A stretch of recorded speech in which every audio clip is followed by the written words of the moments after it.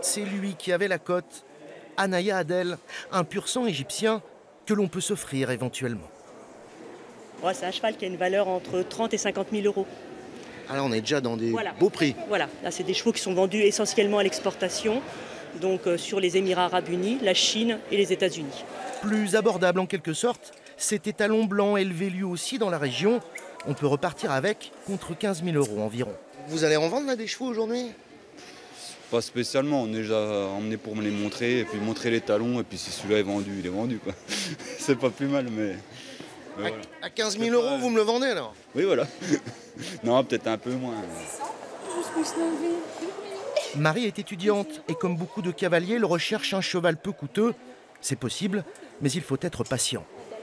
Il y a des associations aussi qui récupèrent des chevaux dans des élevages, par exemple, qui ont soit que les élevages ont coulé, soit des chevaux qui ont été maltraités et qui sont remis pour être à la vente. On peut même en trouver des gratuits à recueillir. Très accessible, heureusement, les mules et les ânes, idéal paraît-il pour les balades en famille. Que ce soit la mule ou l'ânesse, elles sont toutes les deux montées et attelées. Et combien ça coûte? Allez, on va dire entre 1000 et 1200 euros pour la mule et un petit peu moins pour l'ânesse, disons.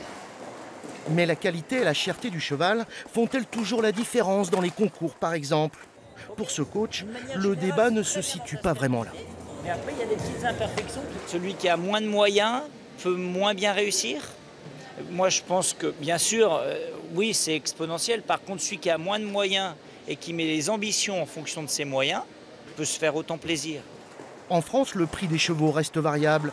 70% des chevaux de compétition, selon une étude, se vendraient entre 3 et 15 000 euros.